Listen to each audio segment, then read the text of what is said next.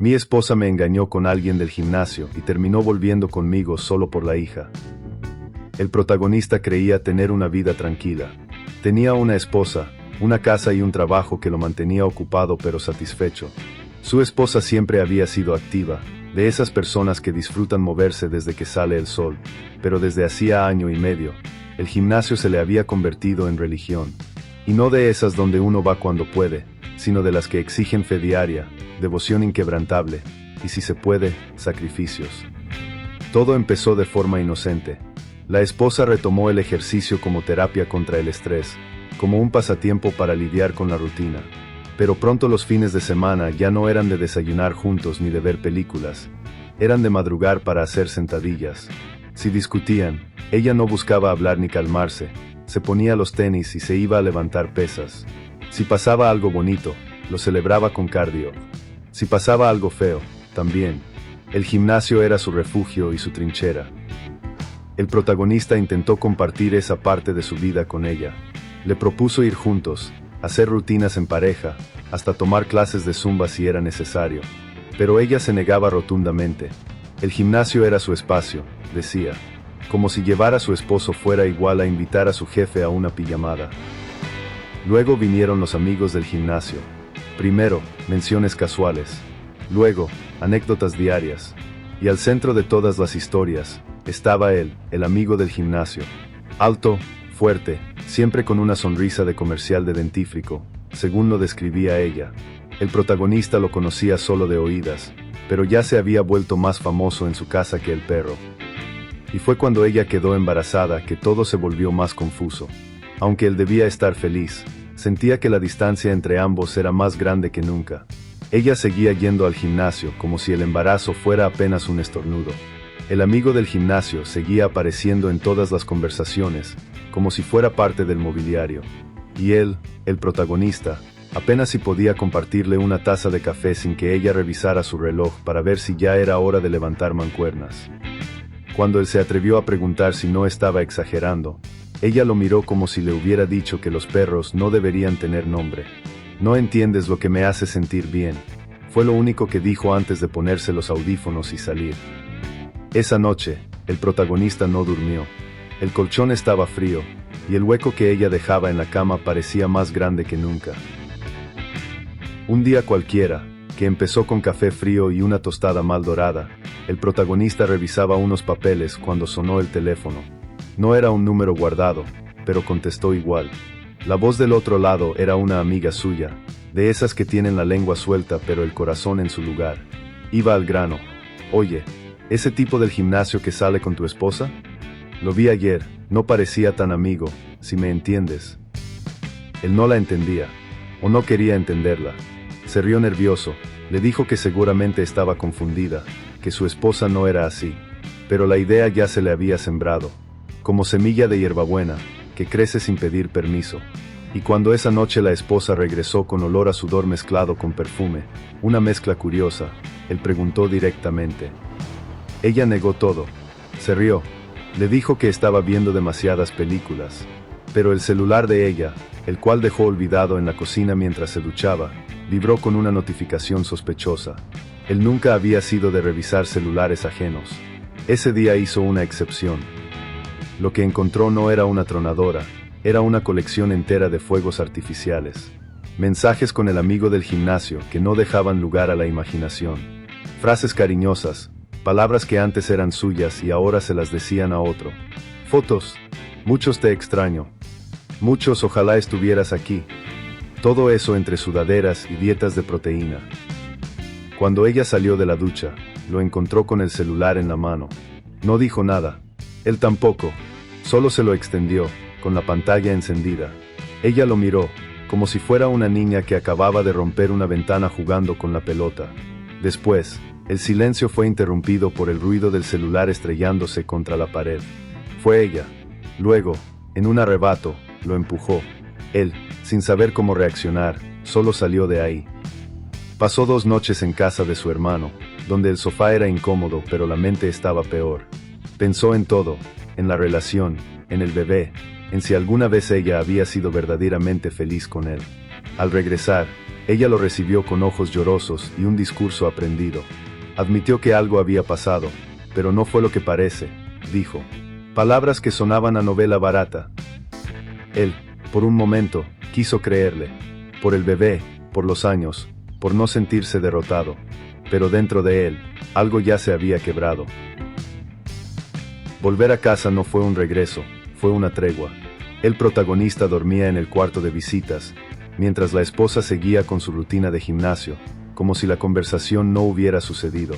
Decía que estaba arrepentida, que necesitaba espacio, pero lo cierto era que no daba ni un paso fuera de esa burbuja que se había construido entre pesas y selfies frente al espejo. Fue durante esa etapa que él empezó a notar detalles, la forma en que ella sonreía mientras escribía en su celular, las llamadas que tomaba en voz baja en la cochera, las salidas rápidas al supermercado que tardaban 2 horas. Un día, sin más, se enfrentaron de nuevo. Ella, ya sin lágrimas ni justificaciones, dijo la verdad. Sí, estoy saliendo con él, confesó. No sé si estoy enamorada, pero me hace sentir cosas que ya no siento contigo. Esa frase fue como un frijol en el diente, imposible de ignorar. Lo más curioso era que no lo decía con rabia, ni siquiera con vergüenza. Lo decía como si estuviera ordenando el desayuno. Y como si el destino tuviera humor retorcido, vino lo del bebé. Había una posibilidad de que no fuera suyo. Era un pensamiento que le quitaba el sueño. Un minuto se imaginaba enseñándole a montar en bicicleta, y al siguiente se preguntaba si sería criar al hijo de otro. La esposa, como si eso fuera un detalle menor, aseguraba que el amigo del gimnasio lo aceptaría de todos modos.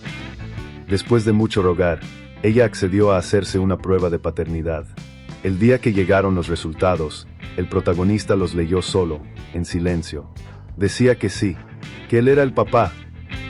Sintió alivio y desesperación al mismo tiempo. Alivio porque no tendría que ver a otro criando a su hijo. Desesperación porque el lazo con su esposa, ese del que tanto quería liberarse, ahora se reforzaba con sangre. Mientras tanto, la esposa seguía viviendo su historia paralela. El amigo del gimnasio, según decía, estaba feliz de tener una familia, aunque fuera prestada. Se habían mudado juntos a un departamento nuevo, donde los espejos no faltaban y la rutina diaria incluía proteína en polvo y besos compartidos.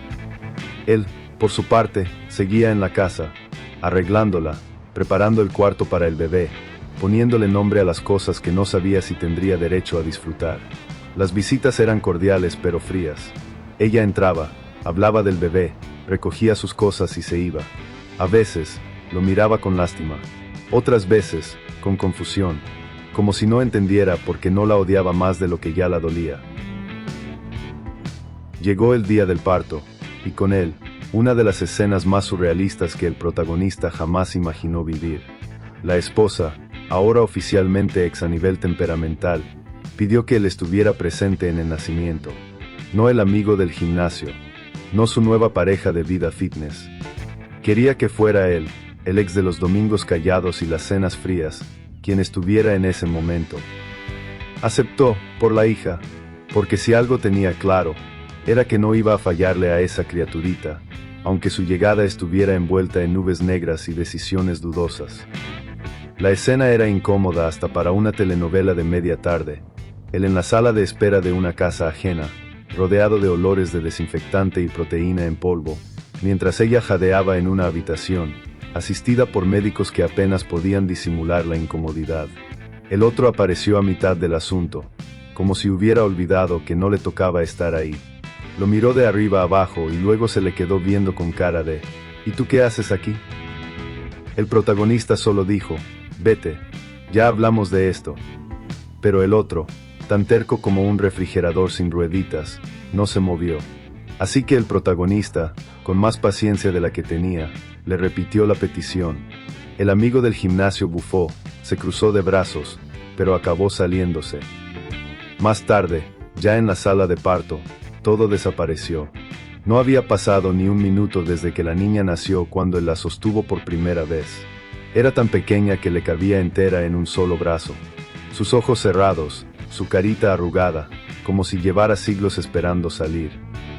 En ese momento, todo lo demás se borró, los pleitos, las traiciones, los celos, las pruebas de paternidad.